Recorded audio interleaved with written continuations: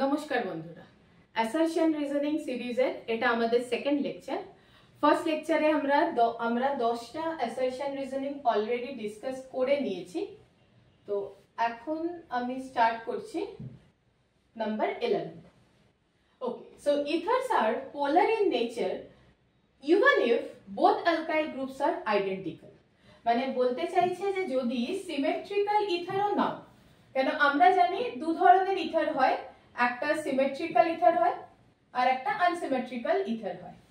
যদিও এটা এরকম স্ট্রেট ড্র করা একদমই উচিত নয়, আমরা অনেক সময় করে থাকি, বাট একদমই এটা ড্র করা উচিত নয়। এক্সাক্ট স্ট্রাকচারটা হচ্ছে ইথারের এরকম, কি অক্সিজেনের কাছে দুটো লোন পেয়ার আছে, this is the right structure. ঠিক আছে, তো বলছে যদি দুটো একও হয় তাহলেও এটা পোলার হয়। তো দেখো এই স্ট্রাকচার থেকেই কিন্তু উত্তরটা এসে গেল। তুমি যদি এরকম একটা স্ট্রাকচার ড্র করতে তো কি ভাবতে কি আরে দুদিকে তো সিমেট্রিক্যাল গ্রুপ আছে, তাই তো এটাই ভাবতে। কিন্তু এখানে দেখো কি এই যে অক্সিজেন বন্ডিংটা যদি একটু মনে করতে পারো তো দেখো কি এটা sp3 হাইব্রিডাইজড। তো sp3 হাইব্রিডাইজ কোনো অ্যাটমের অ্যাপ্রক্সিমেট বন্ড অ্যাঙ্গেল কত হয়? 109 কাছাকাছি, যদি না কোনো lone pair bond pair special repulsion থেকে থাকে, তাহলে 109 ডিগ্রি হয়। তো এনিওয়ে আমি এখানে যেটা বলতে চাইছি কি দুটো বন্ড আর দুটো লোন পেয়ার, তো ডেফিনেটলি এখান থেকেই আমাদের উত্তরটা এসে যাচ্ছে কি এটা সিমেট্রিক্যাল স্ট্রাকচার তো নয়, আর লোন পেয়ার কি করবে না ডাইপোল মোমেন্টের ডাইরেকশনটাকে টুয়ার্ডস দ্য লোন পেয়ার করে দেবে। কেন না ডাইপোল মোমেন্ট মিউ যে আমরা দেখি, mu it is equal to the charge into distance, এটা আমরা ডিফাইন করি number 1। Number 2, it is a vector quantity. ভেক্টরের মানে কি না এটার একটা ডাইরেকশন আছে, তো ডাইরেকশনটা ডেফিনেটলি লোন পেয়ারের দিকে থাকবে। তো যদি ইকুয়ালও নাও মানে দুটো গ্রুপ সেমও হয় তাহলেও লোন পেয়ারের জন্য কি হবে না একটা রেজাল্টেন্ট ডাইপোল মোমেন্ট থাকবে, তো এটা কি হয়ে যাবে? পোলার হয়ে যাবে। তো হ্যাঁ, শুরুতে যে কথাটা বলেছিলাম ওখান থেকে বেরিয়ে এলাম আমি কি এটা হলো সিমেট্রিক্যাল ইথার। যেমন ধরো আমরা বলছি কি ডাইমিথাইল ইথার বা ডাইইথাইল ইথার, এটা সিমেট্রিক্যাল। আনসিমেট্রিক্যাল ইথার কি হবে না ধরো দুটো আর গ্রুপ আলাদা, তো সেটা হয়ে যাবে আনসিমেট্রিক্যাল ইথার। জাস্ট এই প্রসঙ্গে বলে দিলাম কেন এরা যেহেতু বলেছে কি দুটো গ্রুপ আইডেন্টিক্যাল মানে সেটা সিমেট্রিক্যাল, দুটো আর গ্রুপ যদি আলাদা হয় তাহলে আমরা তাকে বলবো আনসিমেট্রিক্যাল ইথার। ঠিক আছে, next, orthonitrophenol is steam volatile while paranitrophenol is not। Steam ভোলাটাইলের মানে কি বলতো যে ওটার বয়লিং পয়েন্টটা কম, ঠিক আছে, মানে কম টেম্পারেচারে ওটাকে উড়িয়ে দিতে পারবে। কেন পারবে? অর্থোনাইট্রোফেনল স্ট্রাকচারটা ড্র করা যাক। এত সুন্দর কনসেপচুয়াল প্রশ্ন হয় না। অর্থো পজিশনে কি আছে না একটা নাইট্রো গ্রুপ আছে, একদম হাত পা ছড়িয়ে লিখলাম। কেন ভালো লিখলাম? তার কারণ হচ্ছে যে এখানে তুমি বুঝতে পারবে একটা কি তৈরি হলো বলতো, ইন্ট্রামলিকুলার, এটাকে বলা হয় intramolecular hydrogen bonding, H bonding. তো ইন্ট্রামলিকুলার এইচ বন্ডিংটা কি করলো একটা 6 মেম্বার হলো কি একবার গুণে দেখে নাও তো দেখি, 1 2 3 4 5 6। তো এই যে 6 মেম্বার একটা রিং তৈরি হলো এটাকে বলা হয় চিলেট, একটা চিলেট রিং তৈরি হয়ে গেল। এই চিলেট রিংটা কি দেবে না স্টেবিলিটি দেবে। তো সেই জন্য এটা এই যে অর্থোনাইট্রোফেনল এক্সিস্ট করবে অ্যাজ আ মোনোমার মানে কি কি একটা সিঙ্গেল মলিকুল হিসেবেও এক্সিস্ট করবে। কিন্তু যখন আমি প্যারানাইট্রোফেনলের প্রসঙ্গে আসছি তখন প্যারানাইট্রোফেনল করবে কি বলতো, ইন্টারমলিকুলার এইচ বন্ডিং করবে। কেন এরকম করবে? কারণ আছে,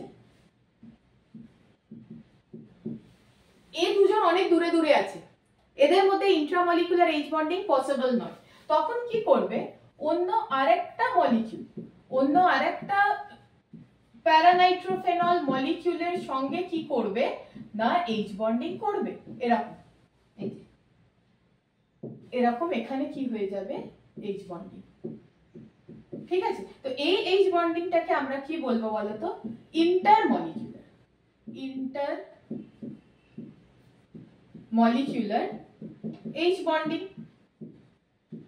তো এবার বুঝে দেখো, ভেবে দেখো কি ইন্টার মলিকিউলার H বন্ডিং, এই যে একটা এক্সট্রা অ্যাসোসিয়েশন হয়ে গেল দুটো মলিকিউলের মধ্যে, তো কি হবে, এক্সট্রা এনার্জি দিতে হবে এই অ্যাসোসিয়েশনটাকে ব্রেক করার জন্য, যেটা একে কি করছে না, এ তো as a single molecule boiling করার মানে কি তুমি অ্যাসোসিয়েশন কমিয়ে দিচ্ছ। সলিডে কি হয়, ইন্টারমলিকুলার ফোর্স সবথেকে বেশি, লিকুইডে তার থেকে একটু কম, গ্যাসে কি হয় মলিকিউল একদম ফ্রি, একদম খোলামেলা ঘুরে বেড়াতে পারে। তো এ একটা সিঙ্গেল একাই আছে, একদম মুক্ত মানুষ, তো এ ঘুরে বেড়াবে। আর এখানে কি হবে না, এদের মধ্যে অ্যাসোসিয়েশন আছে, আগে ওই বন্ডটাকে ব্রেক করতে হবে, তারপরও মুক্ত হতে পারবে। সেই জন্য কি হচ্ছে না, এক্সট্রা এনার্জি এখানে দরকার হচ্ছে। বোঝা গেল? নেক্সট যাওয়া যাক। মিথক্সি বেনজিন রিঅ্যাক্টস উইথ HI, এটা দারুণ প্রশ্ন, এটা হচ্ছে ইথার ক্লিভেজের প্রশ্ন, বুঝতে পারলে? ইথার ক্লিভেজে এটা হচ্ছে মিথক্সি বেনজিন, কমন নেম দিয়েও প্রশ্ন আসে, এটার নাম আমরা সবাই জানি অ্যানিসোল। হ্যাঁ, অ্যানিসোল। তো অ্যানিসোল যেটা, অ্যানিসোল কি করবে না, HI এর সঙ্গে যখন রিঅ্যাকশন করবে, কোন ইথার যখন HI এর সঙ্গে রিঅ্যাকশন করে তখন দুটো মেকানিজম ফলো করে, একটা SN1 একটা SN2, সেটা আমি আলাদা ইথার ক্লিভেজ লেকচারে ডিটেইল ডিসকাস করেছি। এখানে আমি ইন শর্ট বলে দিচ্ছি যে এখানে দেখো দুটো পসিবিলিটি আছে। দুটো পসিবিলিটি কি কি আছে না, HI কি কি করতে পারে, HI একবার এই বন্ডটাকে ব্রেক করতে পারে যেটা অ্যাকচুয়ালি হয়, আর একবার HI কি করতে পারে, আর একবার HI এই বন্ডটাকেও ব্রেক করতে পারে যেটা কিনা করে না। একদম ক্লিয়ারলি ব্যাপারটা মাথায় ঢুকিয়ে নাও। আরে এই পেনের কালারটাও তো ভালো লাগছে, এটা দিয়ে করি না? হ্যাঁ, তো এটা কি হবে না, ও এটা দিয়ে করতে পারে, তো করতে যদি পারে, আচ্ছা আগে আমি বলি যেটা দিয়ে করতে পারে। সো HI এই বন্ডটাকে যদি ব্রেক করে তো কি তৈরি হবে, ফেনল প্লাস CH3I, যেটাও করছে। আর যেটা করতে পারে না সেটা কি হচ্ছে না, এই বন্ডটা ব্রেক করে আয়োডিন এলো, আর এটার সঙ্গে কি তৈরি হলো না, CH3OH। দেখো একদম ক্লিয়ারলি আমি ক্রস দিয়ে দিয়েছি, এটা হবে না, এটা হবেই না, হতেই পারে না। কেন হতে পারে না, খুব সুন্দর জাস্টিফিকেশন হচ্ছে যে ফেনল এই ইথারটা যখন তৈরি করেছে, ফেনল থেকে এই ফেনলিক ইথারটা যখন তৈরি হয়েছে, তখন দেখো এই যে অক্সিজেনের লোন পেয়ারটা আছে, সবই কিন্তু জিওসির খেল। একটা জিনিস মাথায় রাখো, যদি অর্গানিক স্ট্রং করতে হয় জিওসি একদম একদম রগড়াতে হবে। জিওসির আলাদা সিরিজ আমি তৈরি করেছি ছোট ছোট করে, জিওসি একদম রগড়াতে হবে, আদারওয়াইজ কিন্তু অর্গানিক গ্রিপে আসবে না, এটা আমি তোমাদের ক্লিয়ার বলে দিলাম। হ্যাঁ, তো এখানে দেখো কি হচ্ছে, এই যে নতুন একটা রেজোনেন্স স্ট্রাকচার তৈরি হলো, কি করে বানাবে, এগুলো আনচেঞ্জ, এখানে একটা নেগেটিভ চার্জ, এখানে ডাবল বন্ড OCH3 প্লাস, তো এই যে একটা পার্শিয়াল ডাবল বন্ড ক্যারেক্টার এসে গেল, এটাকে ভাঙবে কি করে, আরে অ্যাসোসিয়েশন বেড়ে গেছে, একটা পার্শিয়াল ডাবল বন্ড ক্যারেক্টার এসে গেছে, কাদের মধ্যে এসে গেছে, কার্বন আর অক্সিজেনের মধ্যে, তো it's difficult to break the bond, তাই জন্য এটা কখনোই ভাঙবে না। এন্ড কোনটা ভাঙবে না, এটা ইজি, এটা ভেঙে যাবে, রিঅ্যাকশন হয়ে যাবে, এই প্রোডাক্টটা আসবে। তো what is the reason, there is a partial double bond character between carbon and oxygen। কোন সে কার্বন, কোন কার্বনটার সঙ্গে, বেনজিন রিং এর মধ্যে যে কার্বনটা আছে, এই কার্বন আর এই অক্সিজেনের মধ্যে কি আছে, একটা পার্শিয়াল ডাবল বন্ড নেচার আছে। কেন আছে, রেজোনেন্সের জন্য আছে। ঠিক আছে, তো এটা হলো রিজন। নেক্সট আসা যাক, yellow precipitate is obtained with ethanol and I2 NaOH but not with methanol। প্রথমেই বলা যাক এই রিঅ্যাকশনটা কি বলতো, লিখে দিয়েছি, এই রিঅ্যাকশনটা হচ্ছে হ্যালোফর্ম রিঅ্যাকশন। হ্যালোফর্ম রিঅ্যাকশন প্রথমেই আমাদের লিখতে হবে কাদের জন্য applicable, first of all for keto methyl group, number 2 for beta hydroxy ketone, beta hydroxy ketone. আর্ধেক কখনো পড়বে না, যখন পড়বে ডিটেল পড়বে। হ্যাঁ, তার কারণ ম্যাক্সিমাম বলা হয় কি হ্যালোফর্ম রিঅ্যাকশন কাদের জন্য, আরে ketomethyl group, ketomethyl group main, but আরো অনেক কিছু আছে তার সঙ্গে, beta hydroxy ketone, then hemiacetal, এরাও কিন্তু দেয়, হেমিঅ্যাসিটাল, ঠিক আছে, এরা দেবে। নাম্বার 4 এবার বলবে হেমিঅ্যাসিটাল কি, যদি জানা না থাকে তো বলে দিই। হেমিঅ্যাসিটাল হচ্ছে, ধরো একটা অ্যালডিহাইড আছে, সেটা কোনো অ্যালকোহলের সঙ্গে যখন রিঅ্যাকশন করবে ইন প্রেজেন্স অফ অ্যাসিড, তখন কি তৈরি হবে, OH এবং OR। এই যে ফাংশনাল গ্রুপ, এটাকে বলা হয় হেমিঅ্যাসিটাল। যদি দুটো অ্যালকোহলের সঙ্গেই রিঅ্যাকশন করে দেয়, তখন ওটা তৈরি হয়ে যাবে অ্যাসিটাল। হ্যাঁ, মানে দুটো অ্যালকোহল মানে কি OR OR হয়ে যায়, তখন ওকে আমরা আর হেমি বলবো না, তখন ওকে আমরা অ্যাসিটাল বলবো, ঠিক আছে। যাই হোক, এর সঙ্গে করবে। এন্ড ফোর্থ হচ্ছে এমন কোন OH, যেটা অক্সিডাইজ হয়ে কিটোমিথাইল তৈরি করতে পারে। কি বললাম, সুন্দর করে যেভাবে বলছি সেভাবে লিখতে যাও। এমন কোন OH গ্রুপ যেটা অক্সিডাইজ হয়ে, কেন না এই যে I2NaOH কন্ডিশনটা, এটা কিন্তু একটা মাইল্ড অক্সিডাইজিং কন্ডিশন অলসো। তো এরকম যদি কোনো OH গ্রুপ থাকে যেটা অক্সিডাইজ হয়ে কিটোমিথাইল দিতে পারে, কিরকম OH গ্রুপ চলো দেখা যাক। ধরো এরকম একটা OH আছে, ঠিক আছে, তো এ কি করবে, একে যখন অক্সিডাইজ করে দেবে তুমি, এ যখন ফার্দার অক্সিডাইজ হয়ে যাবে, অক্সিডাইজ হয়ে যেটা তৈরি করবে সেটা তো কিটোমিথাইল গ্রুপ হয়ে গেল। জারণের পরে যেটা তৈরি করলো সেটা কি হয়ে গেল, কিটোমিথাইল হয়ে গেল। তাহলে এ এখন আয়োডো ফর্ম দিতে পারবে, বোঝা গেল। এবার প্রশ্নতে আসো। সো ব্যাকগ্রাউন্ড ইনফরমেশন ক্লিয়ার, তোমাদের জন্য রিঅ্যাকশন লিখে দিয়েছি, একদম মেকানিজম কি কিভাবে হচ্ছে, হ্যালো ফর্ম তৈরি হচ্ছে, আর যে কিটোমিথাইলের গ্রুপটা সেইটা এসে যাচ্ছে হ্যালো ফর্মে, আর বাকিটা চলে আসছে কিসে না, কার্বক্সিলেট, মানে অক্সিডাইজ হয়ে যাচ্ছে। অক্সিডাইজ হয়ে কি তৈরি করছে, করেসপন্ডিং কার্বক্সিলেট আয়ন, সঙ্গে কি তৈরি করছে, ইয়েলো প্রেসিপিটেট অফ আয়োডোফর্ম। এই যে ইয়েলো করেছি এটা আয়োডোফর্ম, ঠিক আছে। তো দেখা যাক কি কেন মিথানল দেবে না। এবার আমাদের আসল পয়েন্টে আসা যাক কি কেন মিথানল দেবে না। দেখো মিথানল কিরকম দেখতে হয়, CH3OH। এবার এটাকে তুমি যখন অক্সিডাইজ করবে তখন এটা কিসে কনভার্ট হয়ে যাবে বলো তো, ফর্মালডিহাইডে হবে। তো ফর্মালডিহাইডের কাছে কিটোমিথাইল নেই, there is no ketomethyl group. But যখন তুমি ইথানলকে অক্সিডাইজ করছো, বুঝে দেখো, ইথানলকে যখন তুমি অক্সিডাইজ করছো এরকম দেখতে হয় তো ইথানল, ভ্যালেন্সি ঠিক আছে 2 3 4, হ্যাঁ, এটাকে যখন তুমি অক্সিডাইজ করছো, এটা অক্সিডাইজ হয়ে তৈরি করবে CH3C ডাবল বন্ড OH। তো যেটা আমাদের দরকার ছিল কি, এই যে কিটোমিথাইল গ্রুপটা দরকার ছিল, এটা কিন্তু মাইল্ড অক্সিডাইজিং কন্ডিশনে ইথানল দিতে পারে, মানে ইথানল দিতে পারে কিন্তু মিথানল দিতে পারে না। বোঝাতে পারলাম ব্যাপারটা? তো শুধু এই একটা কনসেপ্ট মাথায় নিয়ে চলো না কি আয়োডোফর্ম মানেই কিটোমিথাইল, আয়োডোফর্ম মানেই কিটোমিথাইল, এরকম নয়। এই এন্টায়ার সিরিজটা কিন্তু আয়োডোফর্ম টেস্ট পজিটিভ দেয়, ঠিক আছে। Next, neopentyl chloride. তো স্ট্রাকচার জানতে হবে। নিওপেন্টাইল ক্লোরাইড এটা কিন্তু একটা প্রাইমারি হ্যালাইড, কিরকম, CH2Cl। তো দেখো যে লিভিং গ্রুপটা যে কার্বনের সঙ্গে অ্যাটাচ আছে সেটা কিন্তু ফার্দার একটাই কার্বনের সঙ্গে অ্যাটাচ আছে। আমরা ডিগ্রি কি করে দেখি, যে লিভিং গ্রুপ যে কার্বনের সঙ্গে অ্যাটাচ আছে সেই কার্বনটা ফার্দার আর কতগুলো কার্বনের সঙ্গে অ্যাটাচ আছে, ফাইন। তো এটার ডিগ্রি কিন্তু 1 ডিগ্রি, এবং আমরা এটাও জানি কি SN2 রিঅ্যাকশনের অর্ডারটা কি হচ্ছে না, মিথাইল 1 ডিগ্রি, 2 ডিগ্রি, 3 ডিগ্রি, এটাই জানি আমরা অর্ডার। তো এর অ্যাকর্ডিং তো এর দেওয়ার কথা SN2, কেন দিচ্ছে না? ওই যে লাস্ট লেকচারে দেখো একটা আমি ডিসকাস করেছিলাম কি পেন্টা কোঅর্ডিনেটেড একটা ট্রানজিশন স্টেট তৈরি হচ্ছে SN2 তে। চলো আরেকবার না হয় করে দিই তোমাদের জন্য কি পেন্টা কোঅর্ডিনেটেড, লিভিং গ্রুপ যাচ্ছে, নিউক্লিওফাইল আসছে, লিভিং গ্রুপ যাচ্ছে, নিউক্লিওফাইল আসছে, ট্রানজিশন স্টেট, এটাকে বলা হয় ট্রানজিশন স্টেট। তো এখানে এই যে পেন্টা কোঅর্ডিনেটেড যে টিএসটা তৈরি হবে, এ একটা বিশাল একটা মোটা গ্রুপ, একটা বিশাল বাল্কি গ্রুপ।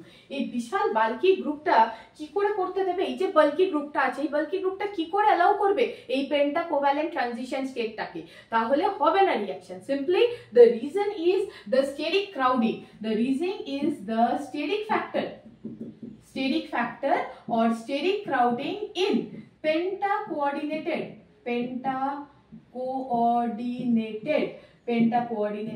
transition state. ঠিক আছে, পেন্টা কোঅর্ডিনেটের ট্রানজিশন স্টেট, এই জন্য ব্যাপারটা হবে না। চলো নেক্সট যাওয়া যাক। 2-chloroethanol, চলো ড্র করা যাক।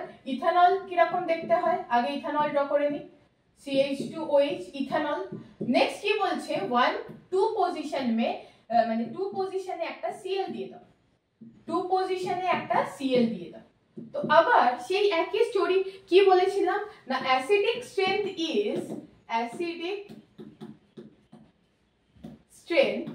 is directly proportional to electron withdrawing group and inversely proportional to electron donating group. withdrawing group থাকলে অ্যাসিডিক স্ট্রেংথটাকে বাড়িয়ে দেবে, ডোনেটিং গ্রুপ থাকলে অ্যাসিডিক স্ট্রেংথটাকে কমিয়ে দেবে। ঠিক আছে, সো withdrawing group এখানে দেখো withdrawing group কে হচ্ছে না Cl।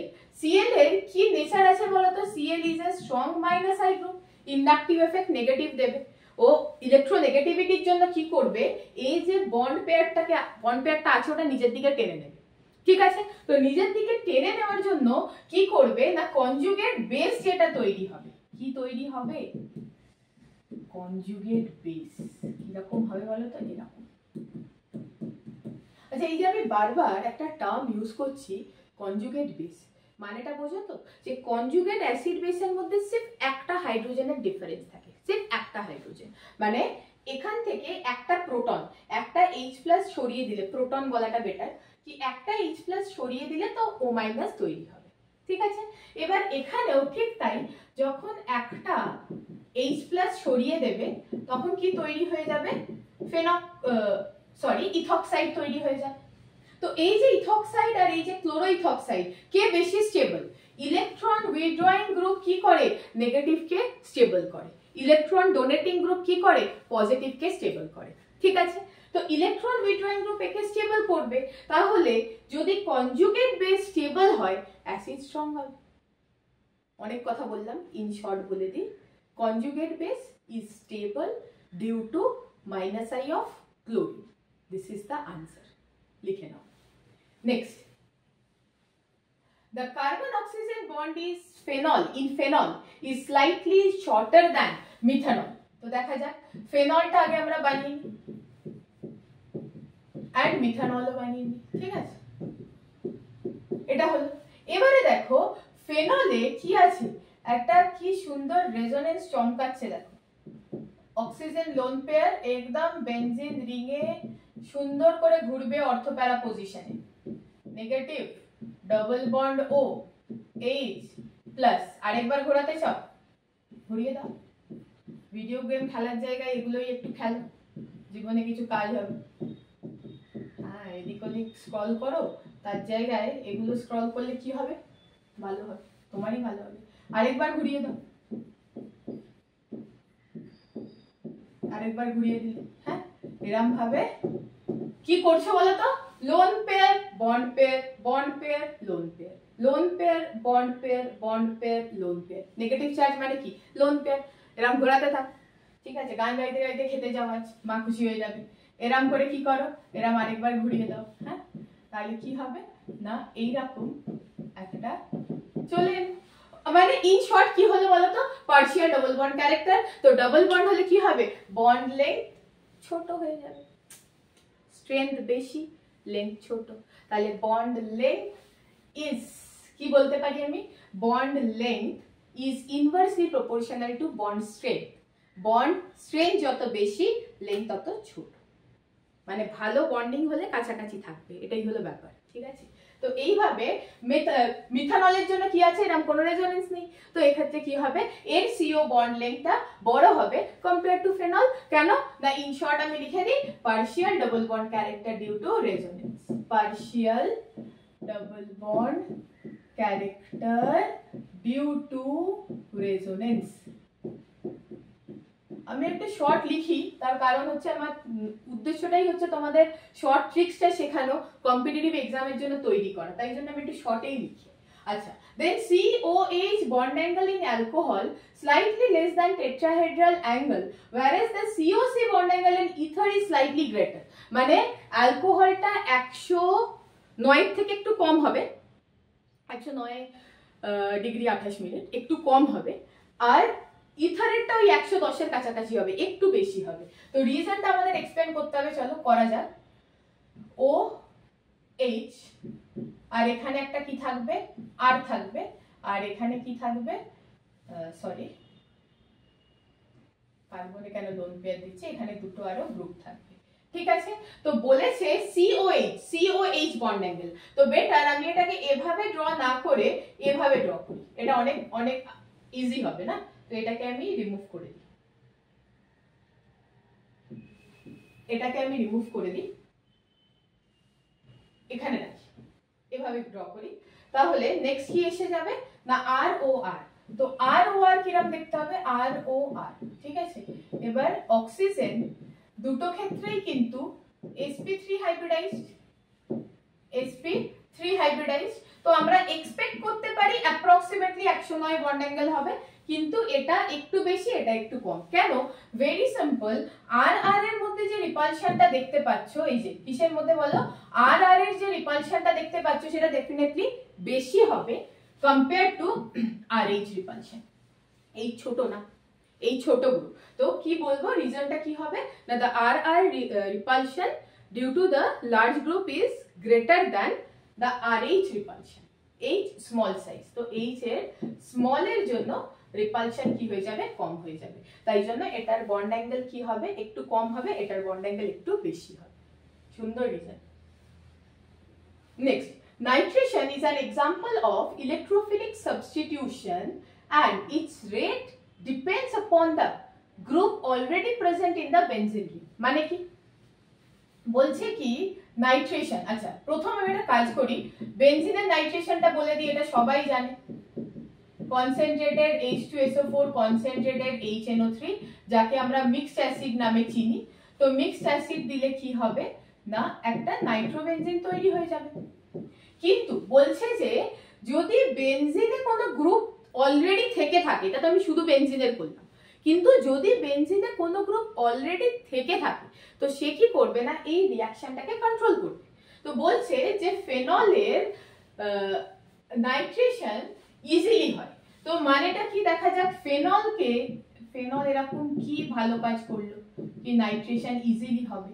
তো মিক্সড অ্যাসিড যখন দেওয়া হচ্ছে তখন রিঅ্যাকশন তো হবে ইলেকট্রোফিলিক সাবস্টিটিউশন। আচ্ছা এটা কি জানো কি, নাইট্রেশনে অ্যাক্টিভ ইলেকট্রোফাইল কি তৈরি হয়, নাইট্রোনিয়াম আয়ন,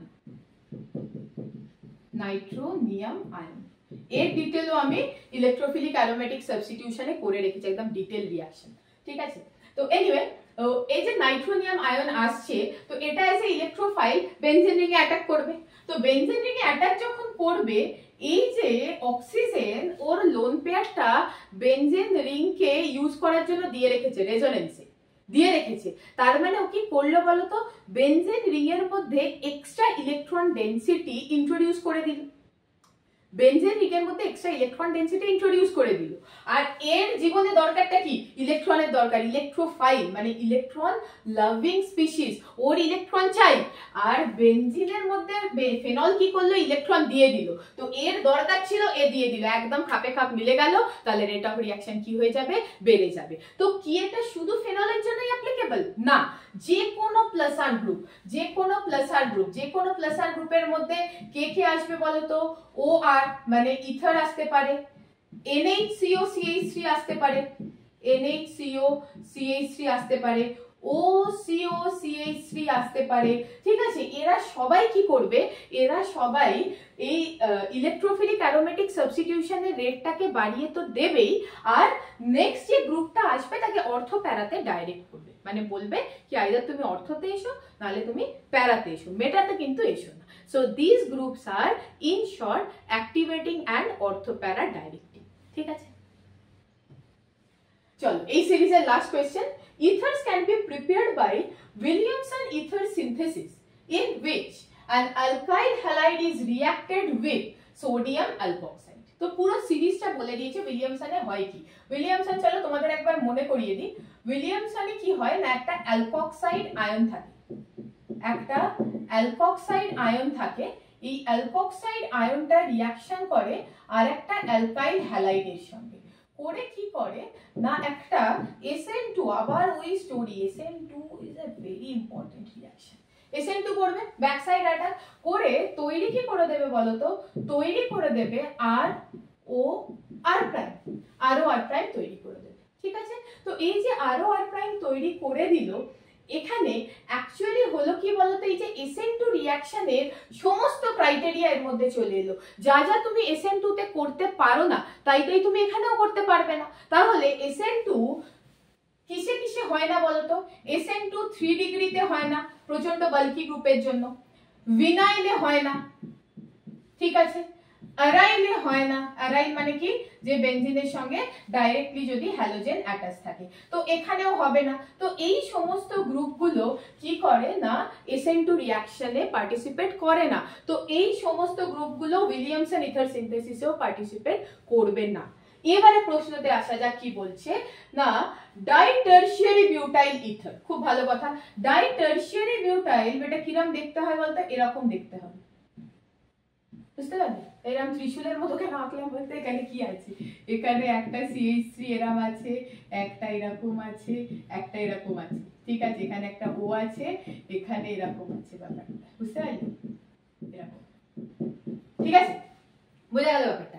ফাইন। তো এবারে বলছে কি, একটা তো অ্যালকাইল হ্যালাইড আমাকে নিতেই হবে, চাই এদিক থেকে নাও আর চাই এদিক থেকে নাও। তো কোনো একটা অ্যালকাইল হ্যালাইড আমার কিন্তু হয়ে যাবে এরকম একটা ত্রিশূলওয়ালা আয়োডাইড, ঠিক আছে, যেটা কি করবে না, কোনো অবস্থাতেই SN2 দিতে পারবে না, কোনো অবস্থাতেই SN2 দিতে পারবে না। তো it cannot be prepared by Williamson ether synthesis. In short লিখবে কি, ফার্স্ট কি লিখতে হবে না, Williamson ether synthesis is SN2।